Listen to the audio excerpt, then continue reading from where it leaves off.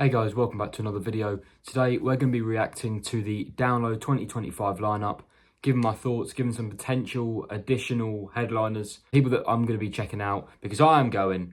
I did buy the tickets like 4 months ago in the summer where there was no lineup, so there's not really any rumours either.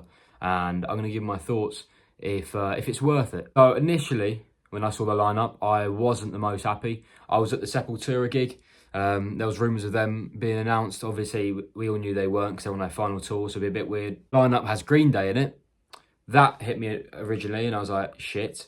And then I saw Weezer, and I thought, shit. There's a few people, if you dig a little bit deeper, that actually aren't too bad. I mean, Korn, I'm happy that they're headlining. I think that's a good headliner. Sleep Token, the less said about them, the better. But just running through this, so what have we got? Green Day, Sleep Token, Korn, Weezer, Bullet for My Valentine, Jimmy Eat World, Don Broco, Spirit Box, Sex Pistols with Frank Carter, that is a good one. Within Temptation, Darkness, Cradle of Filth, Airborne, Alien Ant Farm and CKY on the same bill. Probably not the same day considering they had a massive bust up on what was going to be their UK tour this year. Jerry Cantrell from Alice in Chains, that is actually a banger. And Ginger, who I saw supporting Sepultura last week. So it's not great. I think it's pretty comparable to last year's, where there's a lot of that sort of emo rock bands with obviously newer metal bands, which you've got to do. You're a festival, you're keeping up with the current trends, so you're going to get a few newer bands in there. Sleep Token, I just want to talk about Sleep Token for a little moment and how fucking boring they are. Taking Slipknot and Dream Theater and put them together. A Slipknot fans made at home mask and a Dream Theater fans pretentiousness arse. And you've just slapped them together and you've got 8-minute songs full of nothing but weird noises, owls, wolves and shit singing. I think you can tell I don't really like them. They're playing, Wembley or O2 or something every now and then. But yeah, I'm not a fan, not going to that. And I probably won't. I'm saying I probably won't check out their set of Download. Realistically, I will wander over halfway through my 11th pint and decide that they're the best band in the world. But that's one that did piss me off when I first read it because they're not a headliner. I saw that the whatever the fella was from Download, Mr. Download, I don't know. Mr. Download said that they've got to move with times, got to put in these new bands, and they don't see other festivals giving Sleep Token enough time, so they're going to put them in the headline, and in 5 years' time, it's going to be like, Download made this band. As I said, Korn, I'm very happy about Korn. Green Day, I suppose if that's the route that you're going down this year with bands like Green Day, Weezer, Jimmy Eat World, I mean, if that's what you're going for, there you are. Airborne, basically just a knockoff AC/DC, but there you are, they're all right. And then bands like Don Broco, Spirit Box, Darkness. Yeah, it's not the greatest lineup. I'd say it's an okay starting point.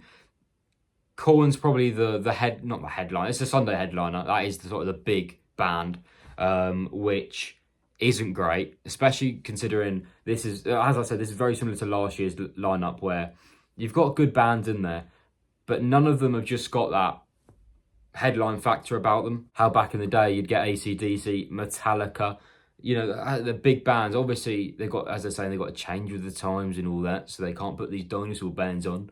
But you pay 200 quid, you want a band that in your head, that's a 200 quid well spent. That's the headliner. You're happy to be paying that big price because you're seeing a big band. That is, I wouldn't pay 250 quid to see Green Day. I wouldn't say Sleep Token is even worth paying. Korn, okay, I can't remember what they did last year, or was it early this year in London, and tickets were about 120, Crystal Palace Bowl. There was some sort of big outdoor event with them.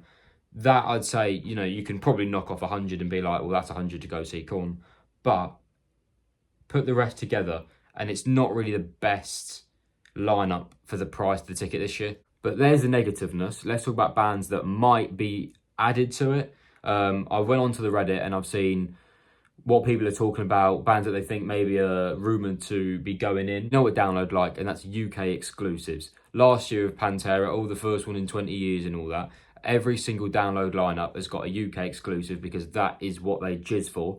And that's why Lamb of God is my first guess. That's the one that's plastered all over Reddit. I almost guarantee you they will be announced. And that is not too bad. If that's one of the main headliners that get announced next February, last year was February 16th. So we've got a little bit of time to wait until the additional bands come out. 50 average will be announced. Half will be people just dragged off the street probably.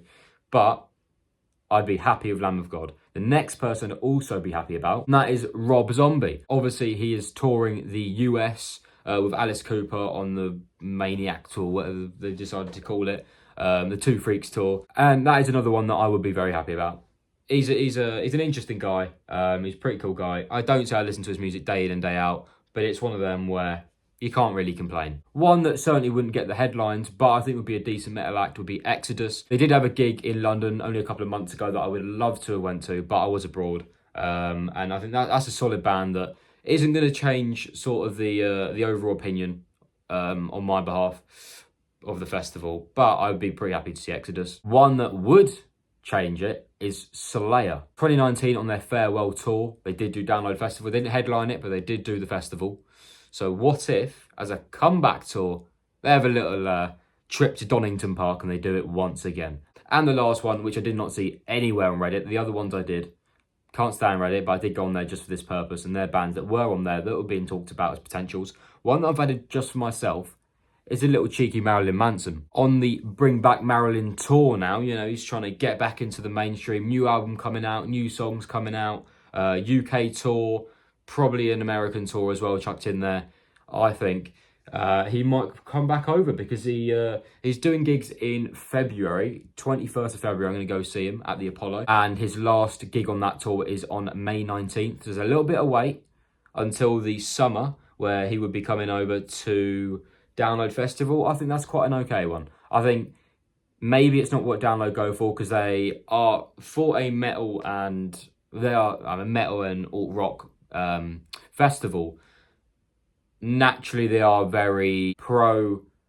Let's just say they're a very 2024 festival. That's how I'm going to put Download Festival. They're a very 2024 festival.